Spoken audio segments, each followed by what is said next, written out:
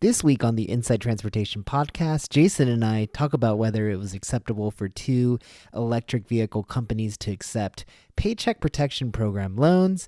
We talk a bit about Anthony Levandowski, Tesla's upcoming U.S. production facility, and Jason shares a celebrity story from the Cybertruck Unveil event. Stay tuned to find out more.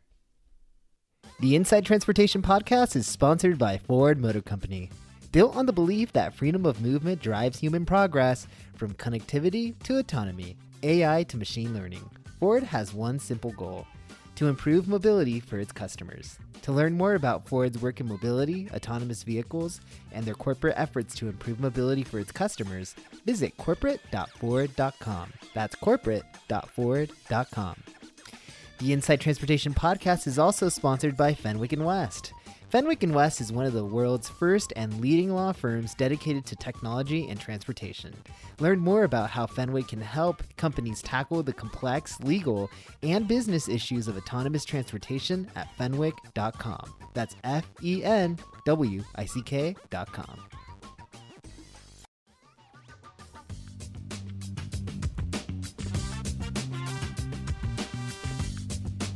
Hello, everyone. Thank you for listening to the Inside Transportation Podcast, a production of Insight.com, a newsletter company. This is our weekly podcast where we discuss transportation trends and news that you need to know to stay ahead of the curve. My name is Johan Moreno, and I'm the writer of the Inside Transportation and Inside Electric Vehicles newsletters. And I'm joined here by my co-host, the king of Clubhouse, angel investor, podcaster, and Inside.com CEO, Jason Calacanis. All right, here we are, episode 2. Yeah, so before we run through the most important transportation news stories happening right now, I have a few requests to our listeners. If you haven't subscribed to our podcast on your favorite platform yet, like Overcast or Apple Podcast, we will be releasing a new episode every Thursday. I want to make sure you don't miss out on it, so go ahead and subscribe. Also, if you love the podcast and want to help other people find it, be sure to leave a 5-star review on wherever you listen to this podcast. I heard Jason may even bake you a loaf of sourdough. Absolutely. Yeah, or tweet about it. Maybe even tweet Drake and the Kardashians. Write a letter to your friend. Tell them about this great podcast we're putting together on all things transportation. I think they would enjoy it. So let's head into the news here. Yeah. As I'm sure you know, Jason, the Paycheck Protection Program is a very big news story right now, as thousands of small business owners have struggled to pay rent and keep their employees on staff. Two electric vehicle companies, one of them backed by venture capital, the other one publicly traded, have applied and received Paycheck Protection Program loans from the Small Business Administration. Faraday Future received a $9.1 million loan from the program, which is close to the $10 million ceiling allowed by the SBA. Workhorse Group also received a $1.4 million loan, which the company says will be used to cover payroll costs. The company employs about 81 workers. Keep this in mind, though. Workhorse lost nearly $38 million in 2019. The company, while not very well known, specializes in selling electric trucks to fleet and enterprise customers, and their future revenue is highly dependent on a contract to develop a next-generation electric mail truck for the U.S. Postal Service. Faraday Future, as I'm sure we're all familiar with, their struggles have been very well documented, and it seems that every few months there's a news story discussing how the company's existence is hanging on by a thread. Last year, The Verge reported Faraday Future lost $2.15 billion since the company was founded. It was saved by a $45 million loan from a restructuring firm, and the company said it paid that loan back. Jason, do you think these companies should be getting these loans? Yeah, so it's an interesting question. You know, the Trump administration and Congress did this PPP program in record time, so I think they deserve some amount of kudos for that. For some reason, they got this done, but they couldn't get testing done on a federal level for the coronavirus, so that to me is bizarre.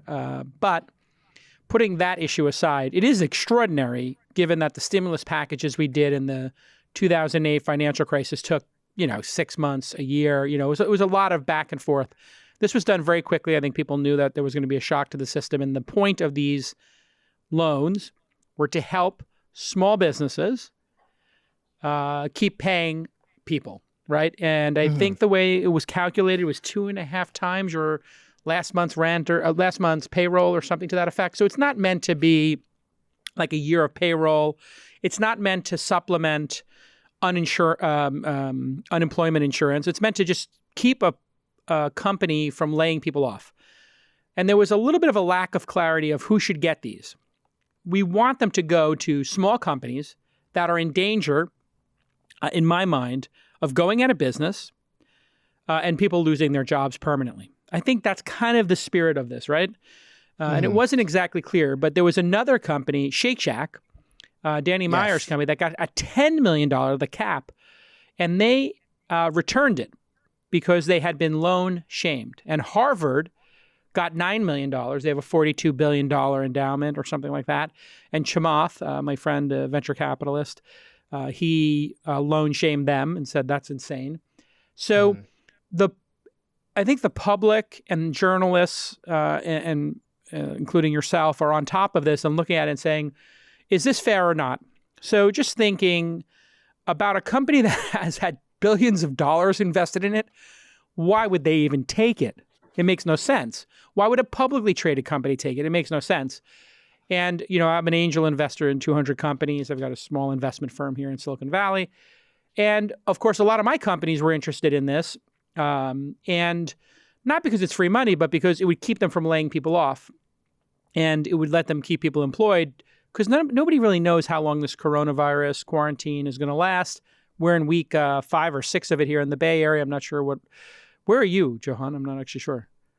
I'm in You're Texas, in so I'm in Texas. the San Antonio area. Is Yeah. it week 4 for you of quarantine or 3? Yeah, but people are very lax about it here. I Yeah. mean, that's the spirit of Texas, though. Yeah, we'll see how that works out. I mean, it's warmer. There's something with the heat and coronavirus that they've speculated, and obviously some places like Texas is big, places like New York are dense. Yeah, well, and I mean, just the in terms of the population per square mile, it's completely different than something like Manhattan or New York City. So anyway, Right. it feels to me that companies that are very large with large deep pockets should not be taking this money. And in the venture capital community, people are like, venture capital has all this money. Well, yes and no. A venture capitalist could not possibly backstop their high growth companies and all the positions and employees in it. They just don't have enough dry powder. In other words, cash reserves. So it wouldn't actually work, and investors wouldn't actually do it. But for companies that are big, like Shake Shack, it does seem crazy that they would take it. I think they did the right thing giving it back. Ruth Chris Steakhouse took a giant one as well. That makes no sense for them to take it. And it's a little bit confusing, but clearly these are companies that should not be taking it, in my mind. When I was talking to other investors publicly on Twitter, I'm at Jason on Twitter, I said, just thinking about this, if your company has more than 18 months of runway, in other words, the amount of money you lose every month divided by your cash reserves equals runway. So if you had $1.8 million in your bank account, or let's say $2 million in your bank account, and you lost $100,000 a month, in your company, you have 20 months of runway. Maybe you don't need this. You're going to get through the crisis. But if you have under 18 months, maybe there's an argument that 2 months would be a pretty great thing to have. And so we blew through that first 350 million or whatever it was of this. And I think we're going to look back on it, and the people who took money like this are going to get loan shamed, and properly so. Right. My argument here, Faraday Future, they came out of, I think it was like 2016, 2017. They said they were going to have a car available for sale by 2017. It's 2020. This company hasn't released anything. Their founder, Gio Yuting, is bankrupt. The company's on terrible footing. And personally, I think these companies should have been gone by now, right? When you look at Tesla and what they're doing in the marketplace, other automakers that are putting in these heavy investments like Volkswagen and, Ford, one of the sponsors of our podcast, they're investing billions of dollars into their electric vehicle initiatives, because it's not just producing the vehicle, but it's also, being able to market it, being able to service it. And would you feel confident as a vehicle buyer knowing that this company that you're buying a car from, a car that you hope will last you for many years, some people drive the same car for over a decade, right? If you expect a company to, deliver that kind of quality and they can't pay their checks. They can't, pay payroll. Yeah, it makes no They sense. need this And to your this point, handout. I bought the Tesla Roadster, the 16th one of the first 100 of the Roadsters were Signature Series. I have number 16. I actually tweeted it the other day because I took it out for a ride. I take it out like once a month. I did see that. That was really cool. It was fun. It's a fun car. It's a little scary at highway speeds. It's like a little bug. It zips so fast and it's like so low to the ground that like I think you could do one of those Fast and Furious and go under an 18-wheeler. Do not try this at home. That's not advice. That's just a speculative statement. But yeah, I mean, I bought that car and I think a lot of people were like, okay, when Tesla goes out of business, and there was that moment in time where Tesla had a couple of weeks of salary in the bank during the financial crisis, actually, which is a really interesting bookend to this story. People were like, oh my God, what's going to happen to our cars that we spent 150, the Signature Series were 150 each, I think, all in with taxes and everything. So you basically were going to buy a $150,000 hood ornament to put in your garage. But it didn't work out that way. Tesla, to their credit, they still service those Roadsters pretty well. I got a new battery pack put in it because Oh, that's awesome. Well, it wasn't awesome. I only had like 15,000 miles on the car, but I had it stored somewhere, and a person had to move it. And when they plugged it back in, they didn't push the dial in on the charging cable, and they bricked it. Right. So it was a $30,000 brick. It was pretty brutal. Yeah, not fun. But now I have the almost 400 mile battery in the Roadster, which is ridiculous because you do not want to go on a 6-hour drive in that car. It's tiny and there's no power steering, and you feel every bump. It's a pretty a raw experience. But yeah, this is crazy that people would even do that. I'm very interested in this Workhorse company. They make incredibly ugly trucks that look like they're just slapped together. And it feels to me like they're a perfect candidate to make a really, really ugly post office mail truck. It makes no sense, really, to be totally honest, that companies would take this and that we would screw up the free market for those kind of companies. Those companies that have escape velocity, they've been public already, they've got billions of dollars of investment.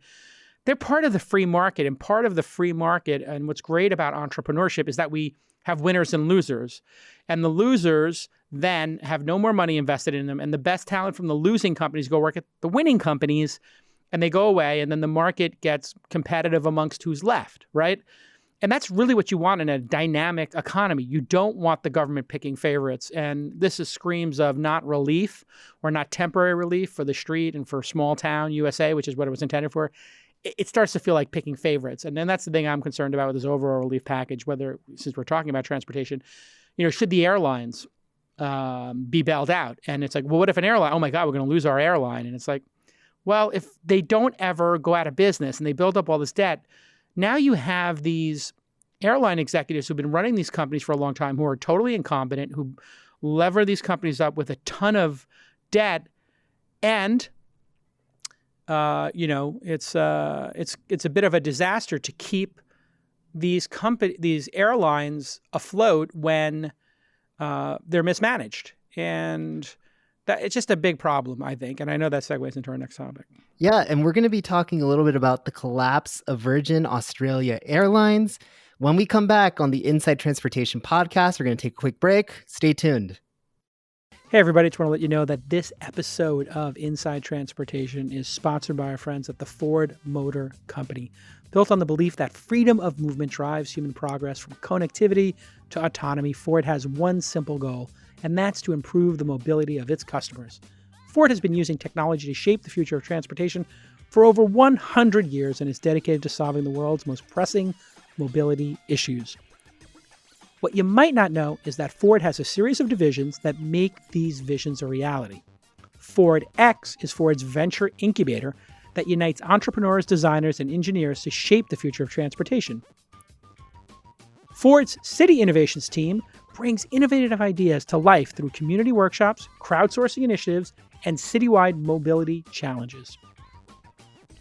And Spin, a property of Ford, brings e-scooter sharing to cities and college campuses. So here's your call to action. To learn more about Ford's work in mobility, autonomous vehicles, and their global efforts to improve mobility for its customers, visit corporate.ford.com. That's corporate.ford.com.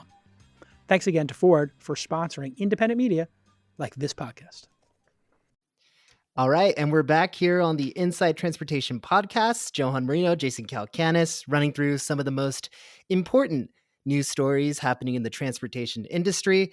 Before the break, we were talking a little bit about airlines. And Jason, you might be kind of interested in knowing this.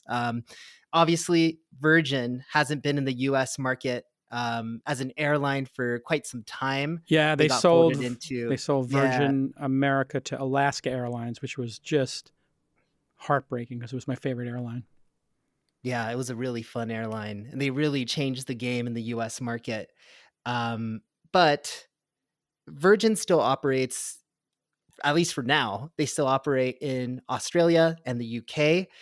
But they are the latest airline to face a dire financial situation as they've entered voluntary administration in Australia. So, this is about the Virgin Australia airline. Administrators at Deloitte have taken control of the airline and are looking to restructure the business and find a new owner. More than 10 groups have already expressed an interest to acquire the airline.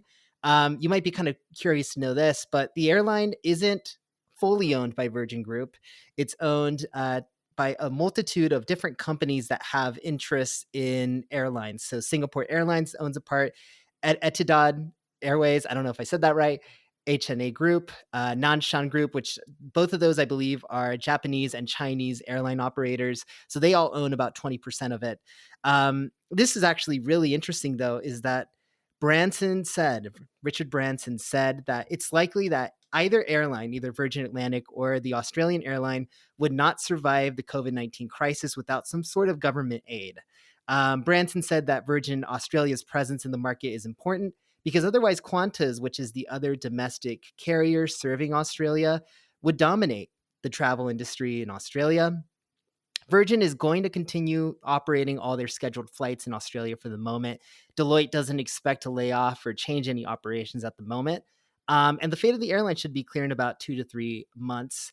Another really interesting, part of this story is that Richard Branson, we all know him for his private island, Nectar Island, in the British Virgin Islands. And he's willing to put up that island Yeah. as a collateral to save the stakes in his airlines. So, kind of going off what you were just talking about, whether or not airlines should be bailed out, what are some other options for them?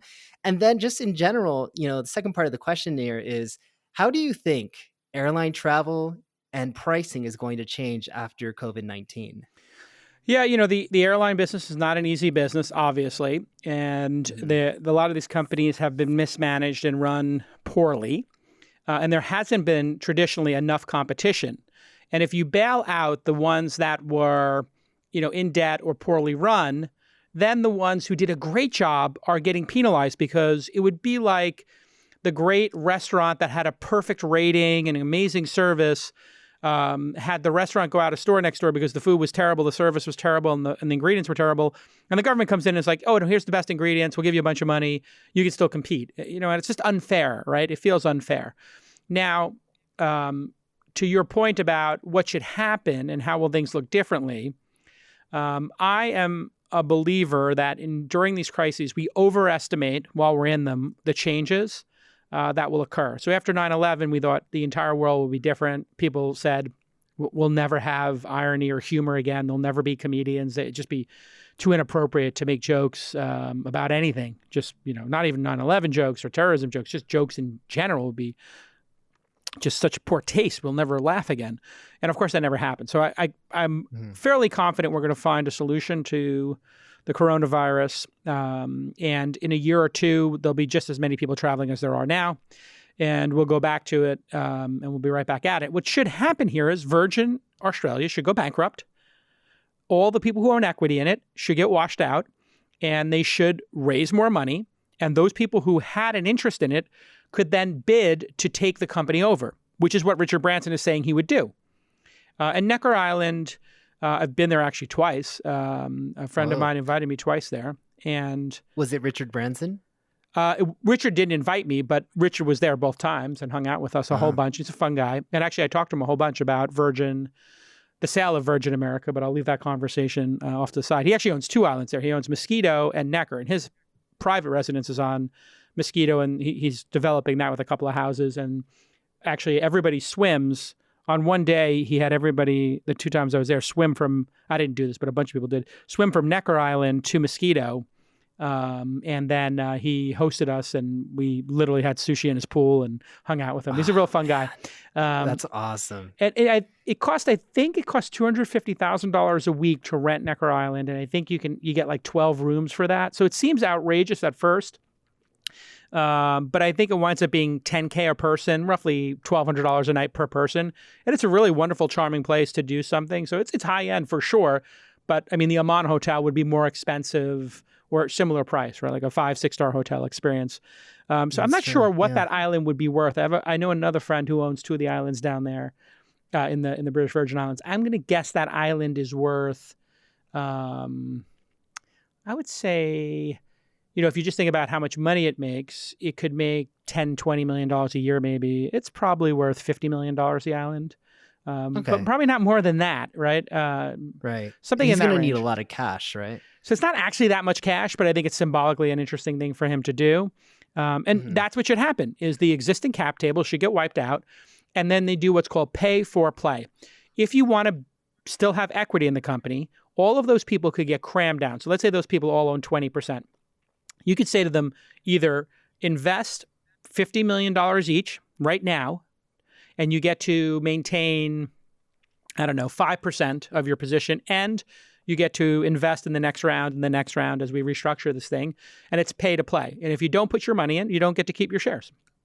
So of those 5 or 6 players, if 3 of them decide they want to put more money in, they can. The other 3 or 4 people either get a de minimis amount of shares or they get wiped out. That's typically how this goes down in the real world.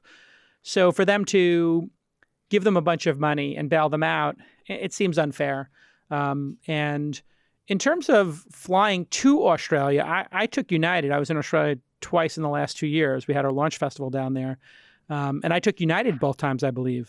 So I think you have 4 carriers who will fly you there. Air New Zealand does too. So I think there's 4 carriers at least who fly there. It might be also a Japanese airline that flies there too. But those are the 4 I know of from America that have regular flights. And inside of Australia, between the different cities in Australia, Australia is a pretty big place, actually. It's a big landmass, and it takes 4 or 5 hours to fly from, different areas. It's sort of like flying from one side of America to the other. It's that big. And north-south is, like a 3 or 4 hour ride. So they do need to have transportation there, but I don't think the argument that they have to be there for there to be competition flies, because some other upstart will then come into the market. And so I think what Branson's best situation here is, if he only owns 10%, is to let the thing go into receivership and buy it back. So my question to you, though, is how do you think, if we're looking at the airline industry's recovery, right? Because before all of this happened, airlines were setting record numbers of passengers and fares were dirt cheap, right? You could go from New York to Barcelona for $300. Bonkers. And that's an insane price. And the reason why they were able to do that was because airlines have always been buoyed by business travelers, right? So, everyone filling up the front of the cabin, all the first class business travelers, they're making up the bulk of the revenue for airlines. So in terms of recovery, do you think we're going to see all the business travelers go in first, and then slowly we'll see leisure travels and everyone else who fills up the rest of the plane kind of fill up the plane as time goes on? Yeah, I think it's going to spring back. I think you can see it already. I mean, we're what, 4 or 5, depending on what city you're in America, you're in week 3, 4, 5, 6 of quarantine. And as you said, it's pretty porous in Texas, and then other places are talking about going right back into movie theaters. So I think people want to take the risk. I mean, unfortunately, I think a lot of people would rather risk getting infected, and they're willing to do really high-risk things. The design of planes is going to be another issue. One of the reasons they're able to lower these prices is that they just cram you into these seats, and it's really tight quarters, which is not ideal for spreading viruses.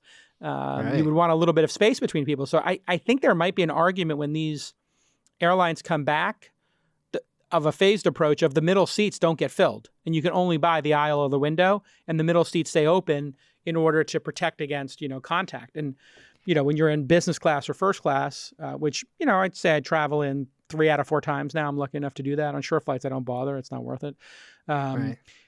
I always clean my seat. I always keep Clorox wipes with me, and I would get on my seat just for the last couple of years, and I would clean my seat down because I read that the seat pockets that the cleaning crews that go through just do a cursory wipe. So basically what they're doing is they're wiping all the bacteria and dirt in a circle. So they're just taking whatever bacteria is in seat 1 and like hitting seat 1, 2, and 3 with it. And so I would sit down, and I would take out a wipe or two, and I would wipe down the arm rails. I'd wipe down the, not that I would use the pouch for where the magazine pouch is in the seat in front of me. I wouldn't use that anyway because that's supposed to be where all the dirt is. But I just wipe anything down in case I would touch it because I'm going to be on the plane for 5, 6, or even 12 hours going, to Australia or Japan. And the last time I took a flight, like 5, 6, maybe it was 6 weeks ago, I went to Houston, like the week or two before quarantine. I was wiping my seat down, and 4 other people in business class on the way to Houston were wiping it down. And everybody just had a good laugh about it. So that means out of the 12 seats in business, I think probably, and 1 or 2 other people probably had done it before. I'm always the last to get on. That's my strategy, is go on last. Yeah. And I don't bring a lot of bags with me, just a backpack, and I don't check. So I like to get on last and minimize my time on the flight. And since you said, the middle seats are probably not going to be filled for a while, I think prices are going to go up. Sure. In terms of airline, tickets. I also think airplane improvement projects, because I've seen some really nice work being done on airplanes in the U.S. They're probably going to be halted across the board because airlines are the ones contributing to the projects. And like I kind of said, what kind of dirt cheap improvements? international flights are gone. Yeah, they're done. Well, you never know. They might be, if they're going to get subsidized. And countries might want to get travel going. They could always subsidize it a bit. What were the improvements that were coming? I'm curious. Were people redesigning cabins to give people more room or something? Well, redesigning airports. Ah, yes. That's been incredible. Yeah. So I don't know if you've noticed over the past few years, but, even JFK, Terminal 4, it's a really nice terminal. Yeah, now. there's some beautiful terminals. LAX, same. LAX is looking good, the Southwest Terminal. Here, SFO, they've been redoing the terminals. The only thing that is a complete and utter disaster is I went through LaGuardia, which was a huge... Everybody's like, don't do LaGuardia. And I was like, how bad can it be? It literally, I think that you would get better service and an easier path to the airport in downtown Baghdad, 6 months after Desert Storm 1 or 2.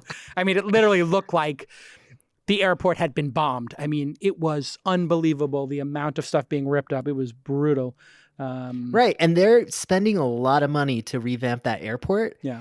And we might not see those improvements if, let's say, all the carriers that were funding those improvements can't pay it out. We're definitely going to have, I think, I think one of the main takeaways is going to be sanitation on shared transportation is going to go through the roof. So I think any ride-sharing car, they're going to have, antibacterial wipes will become like a standard in your back seat cushion on a flight or in an Uber or Lyft. And then I think you're going to see people on the subways wearing the masks and wearing gloves. So when you go to Japan, you see routinely people wearing the mask and wearing gloves. And cab drivers wear gloves in Japan, and it's really beautiful. Like they're wearing white gloves and a jacket and tie and a hat. It's quite charming. They dress better than Lincoln Town Car Black drivers here, literally better than Uber Black in China. I'm sorry, Japan, which was hilarious for me as an Uber investor. I was shocked at how the taxi in Japan was as good, or maybe some people would argue better than taking an Uber. And people were not taking Ubers in Japan all that much. The Lincoln, I think they have a really hard time there because the taxi cabs are so good. And we're actually going to talk about Uber in a few seconds, but let's break. And when we come back, we're going to talk about whether Uber has a responsibility to pay the legal fees of an embattled former self-driving engineer. And we're also going to have a new segment called Dope or Nope. So I hope you guys all stick around, and we'll be right back. Hey, everybody, let me take a moment to thank Fenwick & West. They're one of the world's first and leading law firms dedicated to technology and life sciences.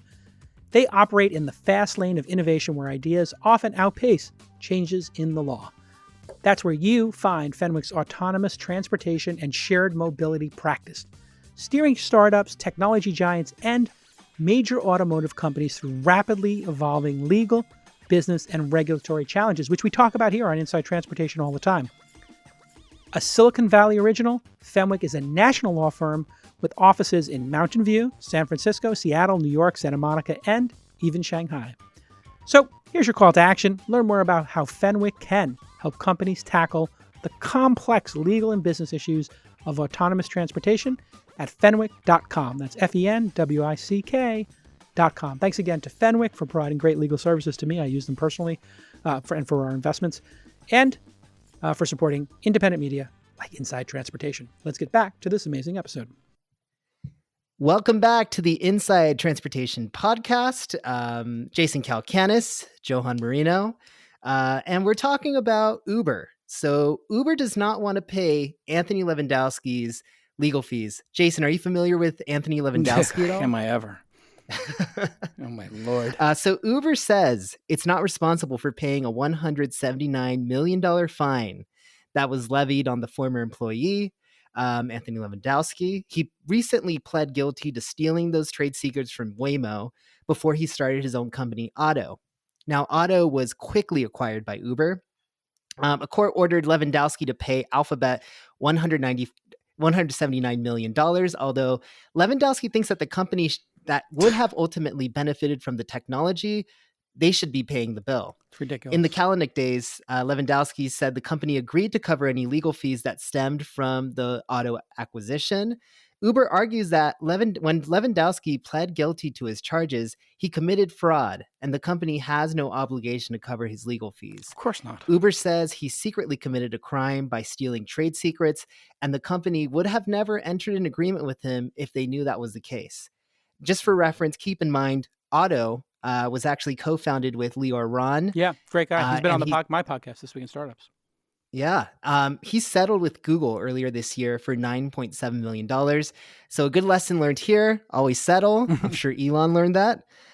Jason, do you think Uber has a responsibility to cover his legal fees? Yeah, so I don't have any inside information. Let me say that perfectly clear, since I was an early investor in Uber, and I don't know Anthony at all. I don't think I've ever met him, but I know Lior, and he's a great guy. Let's be clear.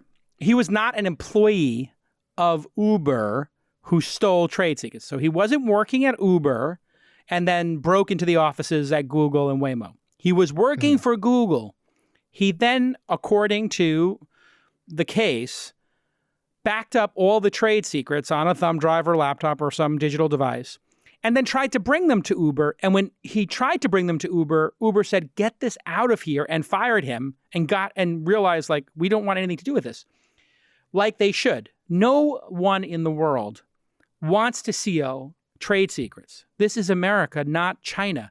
In America, we have a legal system, and the damages caused by stealing trade secrets is huge. It is phenomenal. As you can see in this case, $179 million is what he was ordered to pay. It's not a joke, and he could have gone to jail. And I think he could still go to jail. Yeah, he's facing federal charges. Yeah, so. I mean, this is not a joke. Yeah. This is the civil case, right? We're talking about here. And then there's a this federal is a case. He civil may go to case jail for against- this. It's yeah. no joke in America. We He respect. could spend up to 30 months in jail in Right. federal prison. And listen, without me knowing the intricacies of the case, it sounds like, to be totally honest, maybe he should do some time. Because, if a kid selling a brick of cannabis gets 30 years, and this guy steals massive trade secrets and gets 30 months, that seems like maybe it should be reversed. I'm going to put that aside for a second, that we've got hundreds of thousands of people who are not white in jail for cannabis, and someone like this does a real crime and, is going to get off scot-free and is, trying to get somebody else to pay his legal bill. The point here is, no company wants to be involved in any kind of trade secrets. Google, Facebook, Microsoft, Uber, Lyft, no matter how competitive you are, nobody in their right mind would ever want to steal a trade secret. And there's 3 or 4 reasons for this. Number one, and this is the lowest level of ethics and morality. If you get caught, the price is very high. Right. On a more $179 million. Yeah. And going to jail. And, forever being a pariah. I mean, this is a person who, Anthony, who obviously was an all-star for a long time. And now his career is over and he might be going to jail. So there's a huge price to be paid. But putting that aside, none of this technology is such that you need to steal the trade secrets. You don't need to steal them. And back to pragmatic, I mean, these are all kind of pragmatic reasons. You should not steal because it's just morally wrong and corrupt and evil and unethical. But if your parents didn't raise you right and you are an absolutely unethical person, the list of practical reasons not to do this are the price is high. You're going to get caught. You're obviously going to get caught. Do you think that they used him as an example? Yes. To Silicon Valley? Well, no. Google hates Uber, so they really didn't like Travis, and that they wanted to make an example. Remember, Google also invested in Uber, but Google did not like Travis. They did not like Uber, and there were rumors for a long time that Google might buy Uber and combine it with Waymo, and that would have been this incredible 1-2 punch. Obviously, you got today's millions of drivers, billions of rides combined with tomorrow's and I think future. Alphabet actually, out of all of this, they own a stake. They owned a stake in Uber, and I think they sold it and they cleared themselves that position. But putting all that aside, you're going to get caught. There's another practical reason. If these are real trade secrets, you're going to get caught. It's so easy to pull up the source code. It's so easy to look at the technology. And it's very hard to protect, like sort of generic innovations. And a license is not that expensive. So if you did need a piece of technology and you did need a license, people do licensing deals all the time. You would just pay a fee for the technology. So there's just a long list of reasons. And obviously, covering somebody's legal costs does not cover their legal bills. That's for like if there was like a dispute about his contract or something like that. It obviously does not include committing federal crimes. And so I think he needs to get the book thrown at him. He is getting the book thrown at him, and Uber shouldn't pay it on principle, and Uber should fight to the end of all time, even though Uber could pay it pretty easily. Uber should fight for all time to let this guy out, hang to dry. 100%. I think he has a case here because if he was an employee for Uber, he was never an employee. They bought the company. Yeah, he bought the company, right? And then they bought the company and he hid it. He hid that he stole this stuff. And when they found out, they told him, no, do not bring this here. But I think we have to think about the culture, right, that was going on at Uber at the time when all of this was happening, and how the self-driving vehicle development race was happening at the same time, where you had all these companies competing against each other to be the first company to have a self-driving car on the road, right? So it was the stakes were high for everyone involved, for Waymo, for Uber. I mean, this was back when Travis was at the helm of Uber, and I mean, their whole business future was dependent on having self-driving cars. Yeah, yes and no. Yes and no. I mean, everybody, the assumption was it would be important to have a stake in this, but that there would be 5 to 10 players who would all at the same time roughly have the same technology. And so that was actually what everybody believed. And it was important to do your best. But if you got the silver or bronze medal, and you didn't get the gold, if Waymo got gold and Tesla got silver and you got bronze, or, flip the order, it was going to be fine because all the technology would kind of drop at the same time and regulation would all kind of drop at the same time. It would be somewhat of a level playing field. But that was actually how people thought internally. And that is kind of inside information and how they thought. But you can't take Uber's cutthroat culture and then say, this is my position. Obviously, I'm super biased. Just because they had a cutthroat culture and there were mistakes made in their culture and Travis was sharp-elbowed, he was not so sharp-elbowed that he wanted the stuff stolen. And in fact, when this stuff came to him, he said, do not bring this here, and he fired him. So it would be a whole different story if he said, please bring this stuff here. Or he said, oh, you have this stuff? Great, let's get to work. He did the opposite. I mean, everybody knows. Travis knew he was a target, so he would never he would never do this himself, and he would, just knowing him as a person for a long time, he would never do this, and he would never condone it. And they didn't, right? So anyway, I have strong feelings about this. I think this guy is a real piece of work, and he deserves to get the book thrown at him. Yeah. So next up on the Inside Transportation News Roundtable, Tesla has plans to build another production facility in the U.S., and the race is on to find the next location. So Elon Musk, the CEO of Tesla, said the new production facility will focus on Cybertruck and Model Y production for the East Coast, saying the plant would be located in the central U.S. The automaker has been linked to 2 locations, one in the Austin, Texas area, the other one in Nashville, Tennessee. Tennessee is home to many different vehicle and auto part production facilities. Nissan and Volkswagen have a huge presence in the state, and the state has also offered some really huge incentives for these companies to move. Nissan has received about $600 million in incentives, which is a combination of tax breaks and grants since they moved to the state in the 90s. Texas has also tried to woo Tesla in the past when they ultimately built the battery production facility in Nevada. Nevada has given Tesla about $1.3 billion in incentives. So everyone's kind of vying for this new factory. Joplin, Missouri, which is a city in the state, is offering Tesla a $1 billion incentive package to be the location of Tesla's next U.S. production facility. The city would be offering them a 1,000-acre site at a 50% discount. It would also waive Tesla's property tax for about 12 years, along with other incentives. Obviously, we all are aware of the economic situation that's probably going to come out of, the COVID-19 pandemic. It might induce a recession. Do you think that there's going to be a lot of states trying to get this factory because it'll basically be like a sign of hope or a symbol of promise of better things to come? I mean, what do you kind of see out of this whole situation? Well, again, with no inside information, I mean, obviously people know I'm friends with Elon, so he's talked about, publicly, he's looking at those places. I think when a technology company, putting Tesla aside, is picking a location, they want a location that young, dynamic people want to live in. So just keep that in mind. And so when Amazon did their search for a second headquarters, they wound up in New York and DC, right? And I was hoping they would do Miami because of the arts district, and it's kind of cool and hip there, and Nashville.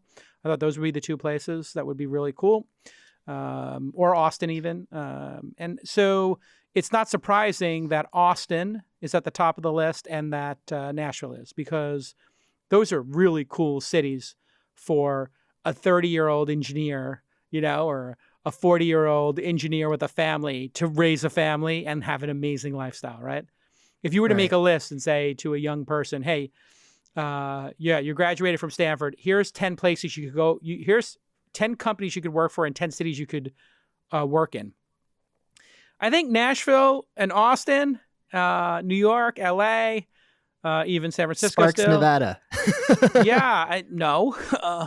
Nevada, no. But Nevada, I think, was just, the amount of space they needed for that gigafactory was tremendous. So, right. And the deal was just too good to pass up. Yeah, I guess. I don't know the specifics of it, but I think it's less about hope, and I think people overestimate like the locations ability to attract these versus the ability of the location to attract talent.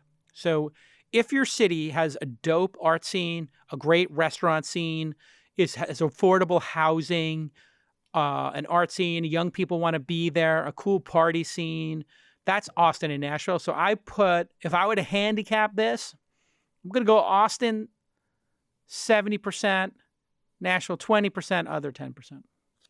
I'm going to say Tennessee all the way. Really? Because you have all of these auto part production plants in that state. That is a mitigating factor. I agree with that. But doesn't he also have all this SpaceX stuff in Texas and make it a little more convenient? That's true, yeah. When he's hopping around. I think the SpaceX stuff is nowhere near Austin. I think that's near the Gulf of Mexico. Yeah, it's in the Gulf of Mexico. But it's still Texas. Yeah. Right. Same state. I think Texas same size as Australia, right? To circle back to our second story. I think it's about the same size. That's same true, footprint, yeah. right? Like flying from the east to the west tip of Texas. How long does that take? What are the from west to east, what are the orders of the major cities?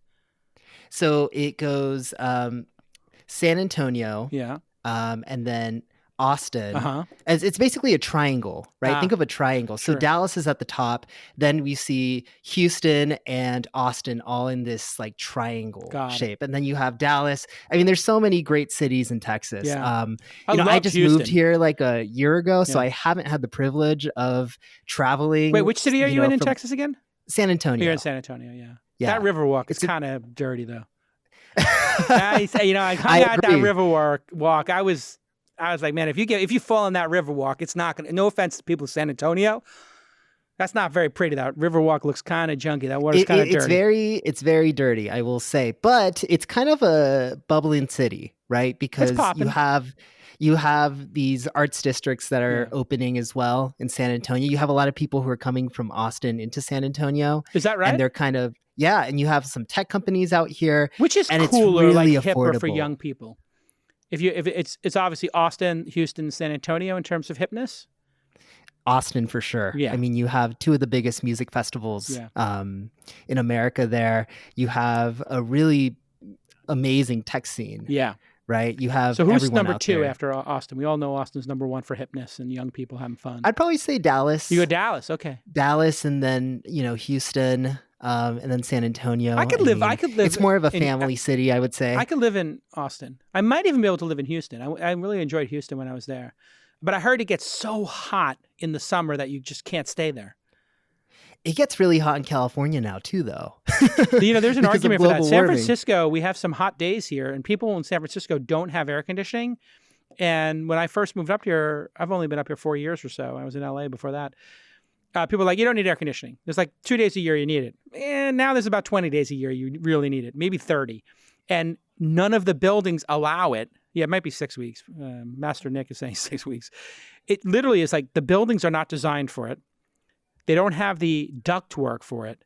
And like they don't even have the ductwork for heating. So a lot of buildings here that have heating have little electric heaters in the wall, not like central ductwork at all. Mm-hmm. And so the whole place is just totally, there's a theory that San Francisco over the next 10, 20 years turns into Los Angeles. Los Angeles turns into Mexico. I don't know what that means in terms of temperature for Mexico. Yeah. But it might be it's probably blistering really hot. Humid, I'm assuming. Yeah, but it gets hot over here, but I've learned to live with it. And, when it's hot, you just stay inside. You got air conditioning and really affordable housing versus California. I think that's the big problem in California. But one of the things we're all speculating here when talking about, like, since we're on the transportation podcast, is now everybody's going to work from home. And so what does that do for mass transit, Uber, Lyft, and all these different services, buses, et cetera? If everybody works from home, there's, like we talked about last week, I believe, there's no smog anymore, right? Well, that's interesting as an effect, but okay. It's not like a specific sought after effect necessarily. It's like a second order effect. That's really awesome. But if people work from home, the commuting might become easier for the people who do have to go to offices. So then this idea that like the firefighter or the teacher trying to get into San Francisco or trying to get into LA has to commute 3 hours a day, that might go down as all these white-collar keyboard jockeys, like both of us are keyboard jockeys and microphone jockeys. We can stay home. We can work from home. And everybody's getting this big education on how to set up a camera, how to set up lighting, how to set up microphones, how to use a headset, how to use a goddamn Ethernet cable. For the love of God, people, get an Ethernet cable. I'm like, these millennials don't even know that Ethernet exists. They're like, what's that for? And I have Wi-Fi. And I'm like, Ethernet is what we use. I had to learn the hard way, and that's why I'm in the kitchen, because that's where my cable connection is. Yeah, well, you know what? Now we can hear you, and you're not breaking up. You're a professional now, Johan. Look. I know. Doesn't it feel good, though? Doesn't it feel good to be on that Ethernet cable? It feels great. It feels pretty good. You do your speed test? Yeah, it's running like 250. Feels pretty good, do the doesn't Wi-Fi, it? You look like at that 50... latency. Oh, so buttery. So buttery. Listen, you care about performance, right? You want that Tesla performance. Podcast ever. Yes. You get the performance and model. Because I want it to be the best podcast ever, we have a fun new segment. Here we go. It's called Dope or Nope. It's 100% inspired by Twitter, so I did not come up with the name of this segment. But this is a segment where you and I are going to kind of share our opinions on whether we think a moonshot project is dope, which means cool and or plausible, or nope, which thinks, we can't. All right, I'm ready. Think it's cool, or we don't think it's plausible. I'm getting warmed up here. I'm getting in the first zone. One here. You want my gut reaction, right? Yes. Okay, I'm ready. Okay. Hit me. A high-speed rail project that will travel between Victorville, California, and Las Vegas. Nope. Nope. So let me give a little more detail on this. Give me the detail, because the detail is why I'm a hard nope. Yeah. So Virgin Trains, I guess Virgin is in the, I think it's just the branding, because it's actually backed by Fortress Investment Group. But they're building a high-speed rail between Las Vegas and the city of Victorville, California, which is about 85 miles away from downtown LA. It would get travelers from Victorville to Las Vegas in about an hour and a half. the average fare would be $60 each way. As two former California residents, SoCal residents, I'm sure we're all familiar with the drive from LA to Las Vegas. And I may why have do you made think it in it's a my bad Tesla a idea? couple times. All right. Well, wait, what are you? Are you dope or nope? No. You're nope. Nope. Because an airplane ticket is like $100 round trip. Yeah. Why would you pay $60 each way to take the train? So you're and then nope you have to on travel the 85 miles to get there. So you're nope on the fact that it's one leg, and you're nope on the fact that it's not a good deal. Yeah. All right. I'm nope because it is 187 miles between Victorville and Las Vegas to drive. And it takes 2 hours and 49 minutes to do that drive if you're driving the speed limit. If you're, let's face it, everybody's going a little faster on that ride. People are doing about 80, I think. So you're probably doing it in 2:15, right? Yeah. People in Southern California like to brag about how fast they can get to Vegas. It's a very SoCal thing. It's like, I can get there in 2 hours.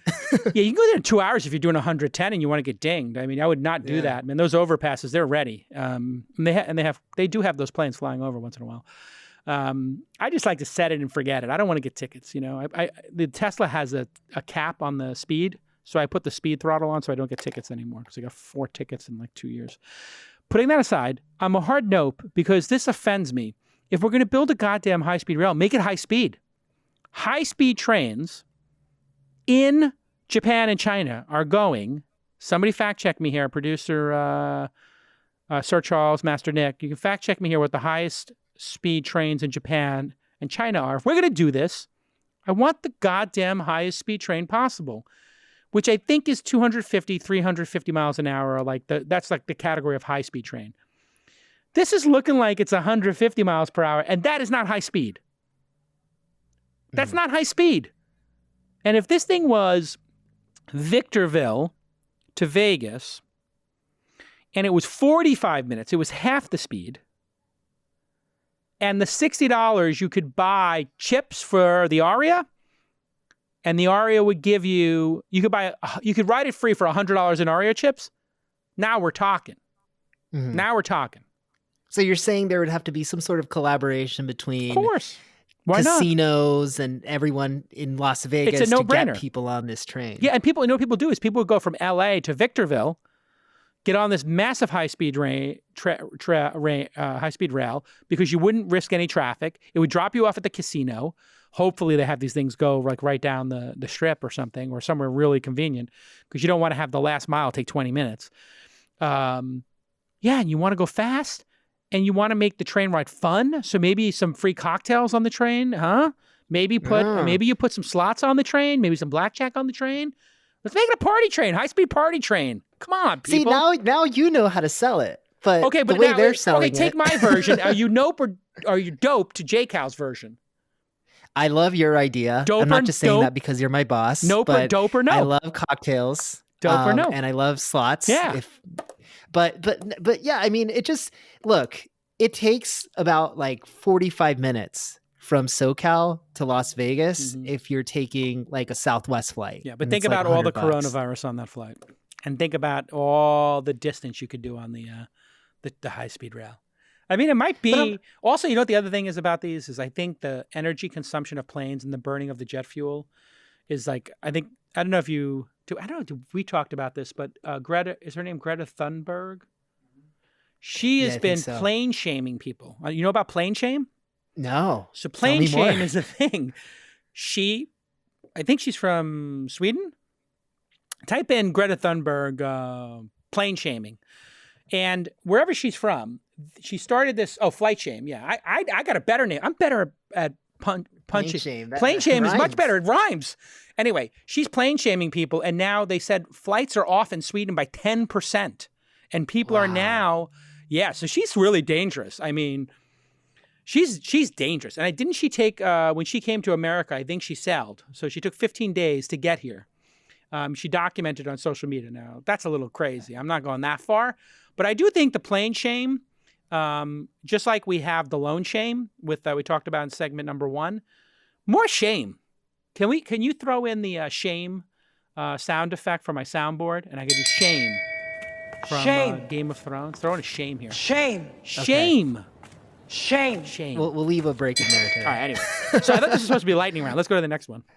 Okay. So next one here, and everyone at home, we're going to put a picture of this car in the show notes. Yes. So I want you guys to see this car before you even listen to this part of the podcast. So go into the show notes, look at the picture of the new Dope.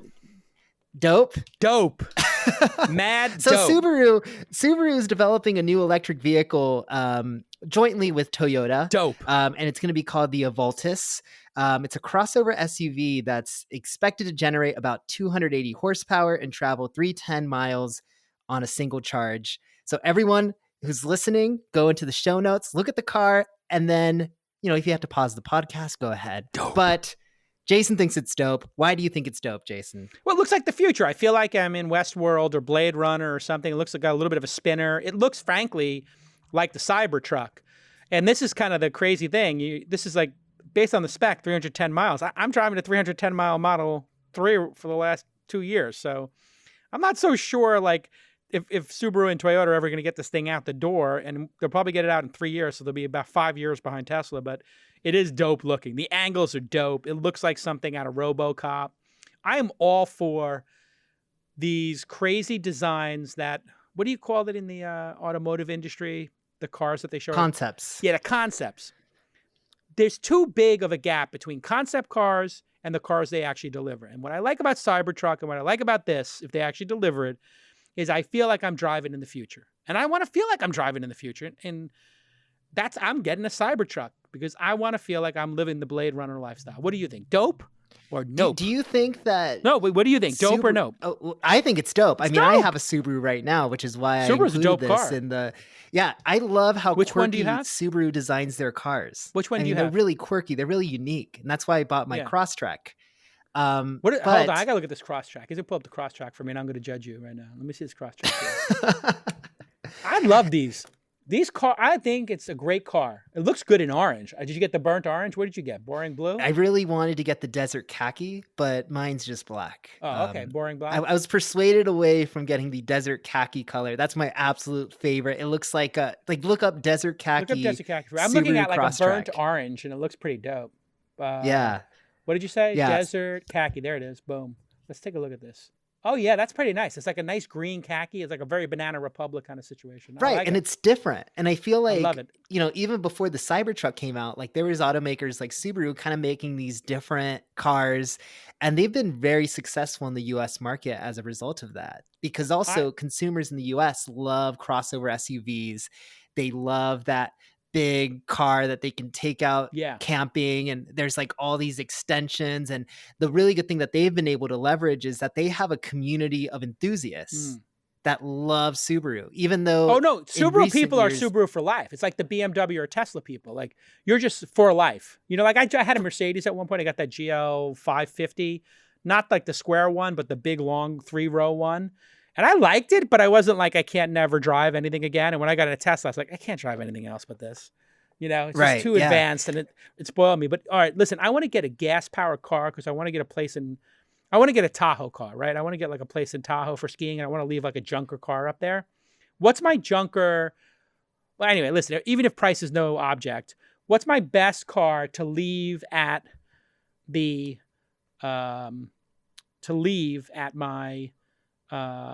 like cabin in the woods, knowing there's going to be snow and ice? What's going to perform best in snow, etc.? The Ford Bronco? You like that new Ford Bronco that looks like a tank? Or you like the new Defender that's coming back to America? I kind of like that. Have you seen that Jeep? The Gladiator? That Jeep pickup? Yes, yeah. I kind of like that too. Right now, my order is, my order is the new Land Rover Defender, because the Defender hasn't been here for a while. And they made it look a little futuristic, but it still has the boxy lines.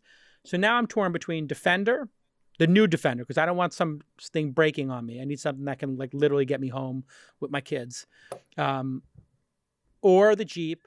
Or I might even get a Subaru, because so many people told me Subarus handle better in snow than anything. And I want to have a car that's gas-powered as my backup to my Teslas in case... like we actually have a civil unrest thing and only gas is available and there's no electricity and the grid goes down. I want to have like a escape car. Yeah, I mean, what I like about Subaru and the reason why I actually purchased one was because it has all-wheel drive, but it doesn't waste that much gas versus other cars that have all-wheel drive. 30 miles per So gallon? I really like it for the all-wheel drive, and it's pretty efficient on gas, and the residual value on it is amazing. You keep Ridiculous. like 70% of the value after 2 years. I might have to get fact checked on that, but Yeah. it's pretty high up there. What do You you know, think of it the keeps a lot of Defender? What do value. you think of the new Defender? Did you spend any time looking at that yet? I haven't spent a lot of time on Yeah. it because, you know, I'm on the EV beat. Yeah, no, get back to me on the new Defender. And then the other thing I want to know about is, you know what these old Toyota Land Cruisers that they stopped making? What they called Land Cruisers? Yeah, Land Cruisers. Or no, FJ Cruiser FJ probably. Cruiser. The Yeah. FJ I mean, that Cruisers, car is sick. that car, I knew somebody who had one, and I thought it was kind of dope, but I thought it looked kind of cheap, to be honest. Looked like kind of plastic. And from what I understand, these are going for the same price that they sold for. They're like 30 grand for a used one, and they went for like 30 grand because they stopped making them. They got a cult following. The FJ Yeah. Cruiser's got a cult following. 30 grand to buy a used one. Pull up used low mileage Toyota FJ Cruiser. Let me just take a look at the price. I'm aware of that because Not 2020. they're Get to very 20 out of reliable that. cars. Yeah. And there's a huge community behind them as well. Yeah. Let me look at the car. So that's naturally just going to get the resale value up there. Okay, this one is okay. I'm looking at one. They're saying this is great value. A 2007, which is 13 years old, the Toyota FJ Cruiser, $13,000, 105,000 miles on it. 2010, 15,000 with 115,000 miles on it. 2013, Wow. 21,000 with 111. These are seriously high mileage. Do one that's low mileage. Let's see a low mileage one. See if you can. There's somewhere to do mileage over here. If you scroll down, you'll see low mileage. Yeah. Anyway, isn't that crazy? How like It is really crazy. Here we go. Yeah. I'm gonna do one But that's got like they don't make them anymore. do like You know, 30,000. it's That's rare. good. 25,000 miles is good. Let's see. Well, here's one. How come that didn't do it? Huh. Trying to find one with like low miles. Maybe they don't even have one with low miles because it's so popular. Everybody drives them everywhere. Okay, let's go back to dope or nope. By the way, what is the chances this car comes out, this crazy looking Subaru, on a percentage basis that we would ever be able to buy this, and what would it cost? Look, I'm going to say 80%. 80%. Okay, and then 80%. and when 3 years from now? Well, I think you're going to see it in international markets first, I'm assuming. But it'll make its way to the US. I think look, this is what I was going to ask you or talk about. Cybertruck has really opened the door for a lot of car companies to really bring out these radical designs. Yeah, they got to keep up with E. They got to keep up with E. Yeah, and it's like if you can put these Cybertrucks on the road, you can put anything out on the road. Did I tell you and, something like the Avoltis, which is the Subaru vehicle? I mean, it's just going to look like a normal car versus the Cybertruck. Did I tell you my Sean Young Cybertruck launch party story? No. You know who Sean Young is? The actress who was in Blade Runner who played Rachel? Okay, yeah, I think I'm familiar with her. All right, so one of Elon's favorite films, Blade Runner, is my favorite film of all time, and obviously the Cybertruck has a little bit of inspiration from Blade Runner or from that cyber kind of period of time, and they had the Blade Runner spinner from the museum actually in the front of the launch of the Cybertruck. So I'm in the VIP section, and I'm talking to Jon Favreau, the director, Jon Favreau, who did Iron Man. So he's obviously good friends with Elon. And so I have a good conversation with him talking about the Mandalorian. I'm just name dropping all over the place.